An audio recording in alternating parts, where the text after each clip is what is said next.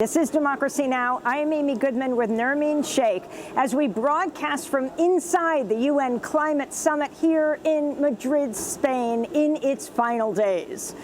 While deadly droughts, flooding, cyclones and wildfires rage outside the conference center, the rich countries most responsible for the climate emergency have spent the talks dialing back ambition and blocking progress.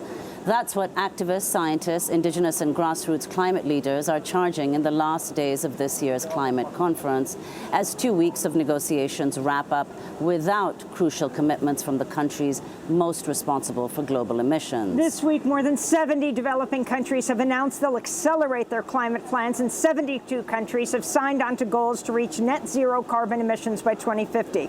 But major carbon emitters, Australia, China, India, Brazil, and Saudi Arabia have made no such promises, while the U.S. is slated to pull out of the Paris Agreement entirely by next year. Meanwhile, a new study finds that the climate crisis is already leading to a massive increase in the number of refugees being displaced around the world.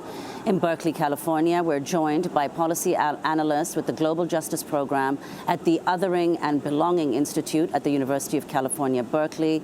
He's the co-author of the new report, Climate Refugees, the Climate Crisis and Rights Denied. And here in Madrid, Spain, we're joined by Saleemul Huq, climate scientist, director of the International Center for Climate Change and Development in Bangladesh, advising the bloc of least developed countries in the climate negotiations. We welcome you both to Democracy Now! Saleemul Huq, let's begin with you. I mean, you have, as so many have said, these climate emergencies taking place around the world right now. You've got the wildfires in Australia. You've got the floods. You've got the droughts. You've got climate migration at a level we haven't seen. What is happening here? Is this a cop-out? And what role is the U.S. playing? Well, I think the year 2019 will, in hindsight, be seen as the tipping point when human-induced climate change became reality. We can now attribute many of the things you just said, the magnitude of them being way over anything we've seen before, and that can now be attributed to the fact that we have already increased global temperature by well over 1 degree centigrade, and that is already having the impacts. And we're headed for 3 degrees and nowhere near the 1.5 degrees that we want to do. So what we are seeing in reality is that the impacts are causing damage, they're causing loss of life, loss of biodiversity, and what we need the Conference of Parties to do is step up to that challenge that is being given from the rest of the world, particularly the young children of the world who were out here in Madrid, 500,000 of them last Friday. But I don't see a lot of signs of the negotiators responding to that, and the U.S. is being particularly difficult. What is the U.S. doing? I mean, on the one hand, Trump is pulling the U.S. out of the climate conference, but they are also, as each day goes by, working to dilute any kind of lead up to next year, the evaluation of the Paris Climate Accord. So the specific technical point here in Madrid in the 25th Conference of Parties is something called the review of the Warsaw International Mechanism on Loss and Damage.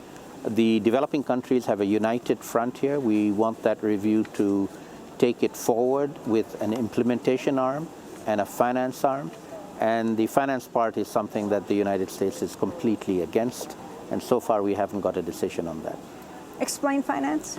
Funding for loss and damage as opposed to funding for adaptation and mitigation. Right, that's a lot of UN speak. Most people don't really get it. Basically, giving some funding to the victims of the impacts of climate change that we are now seeing, allowing funding to be raised for the victims.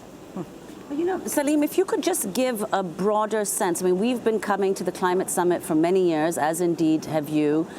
Many people argue that even though the pace of change is very, very slow, it's an important venue for developing countries to be able to express in solidarity their position to the richer countries. What do you see as the significance of these annual meetings where it seems every year very little gets achieved that's in the interest of the people who've been suffering the most from the effects of the climate crisis? Well, we live in an unjust and unequal world. And as the vulnerable, poor countries, the least developed countries that I advise, 47 of them in sub-Saharan Africa and Asia, including my country, Bangladesh. This is the only game in town where we have a seat at the table where we can actually say something and hope that the other side will listen. A lot of the time they don't listen, but sometimes they do. We're hoping in Madrid we'll get them to listen within the next few hours that we have left here. Describe what's happening in your own country of Bangladesh. So my country, Bangladesh, is one of the most vulnerable to the impacts of climate change. We are a delta, live on a delta of two of the major rivers of the world, the Ganges and the Brahmaputra. We have a population of 160 plus million people living in less than 150,000 square kilometers. So a population density of over 1,000 per square kilometer. Very vulnerable, very generally poor, but nevertheless one of the most resilient countries. We have one of the best cyclone warning and shelter systems in the world. We can warn and evacuate more than 2.5 million people. We recently had a major cyclone where we did that. And so we are struggling, but we are rising to the challenge of dealing with the impacts of climate change. But there's a limit to what we can do. 1.5 degrees we can manage, 3 degrees we can't. We're going to go to a break, and then we're going to come back to this discussion, and we're going to talk about this massive crisis of climate migration. We're talking millions and millions of people, the numbers only promising to grow. We're with Saleemul Huq from the Bangladeshi climate movement, a climate scientist. Joining us also will be Hossein Ayazi at the University of California, Berkeley, who just left but did a report here on climate refugees. Stay with us.